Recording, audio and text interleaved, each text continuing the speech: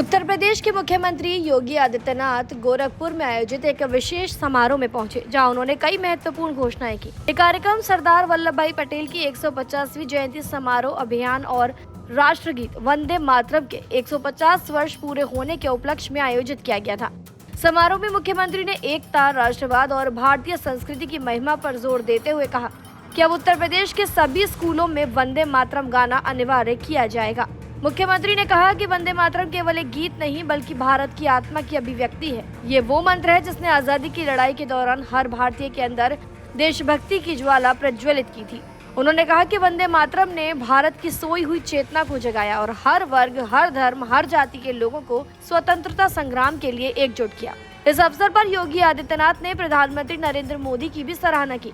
उन्होंने कहा कि पीएम मोदी ने सरदार वल्लभ भाई पटेल की स्मृति में विश्व की सबसे ऊंची प्रतिमा स्टैचू ऑफ यूनिटी का निर्माण करवाकर राष्ट्रीय एकता के प्रतीक को साकार रूप दिया है। मुख्यमंत्री ने कहा कि केंद्र और राज्य सरकारें मिलकर देश भर में राष्ट्रीय एकता और अखंडता के लिए कई कार्यक्रम चला रही हैं, जिनका उद्देश्य युवाओं में देशभक्ति की भावना को और मजबूत करना है। योगी आदित्यनाथ ने अपने संबोधन में कहा कि 1876 के बाद ऐसा कोई क्रांतिकारी नहीं हुआ जिसने वंदे मातरम का विरोध किया हो। उन्होंने बताया कि ये गीत स्वतंत्रता आंदोलन के दौरान लोगों के लिए प्रेरणा का स्रोत बना। चाहे छात्र हो, युवा हो या सामान्य नागरिक, सभी ने इस गीत को अपने जीवन का मंत्र बना लिया था। ये गीत भारत माता के प्रति श्रद्धा और त्याग की भावना से ओतप्रोत है।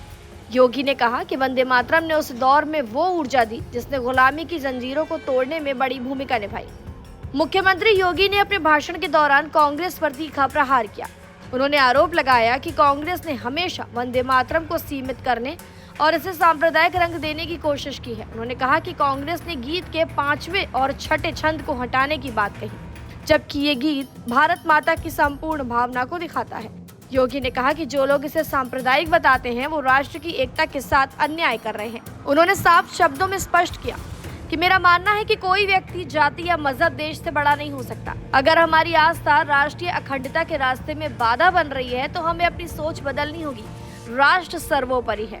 योगी आदित्यनाथ के इस फैसले को वंदे मातरम के 150 वर्ष पूरे होने के अवसर पर ऐतिहासिक कदम माना जा रहा है।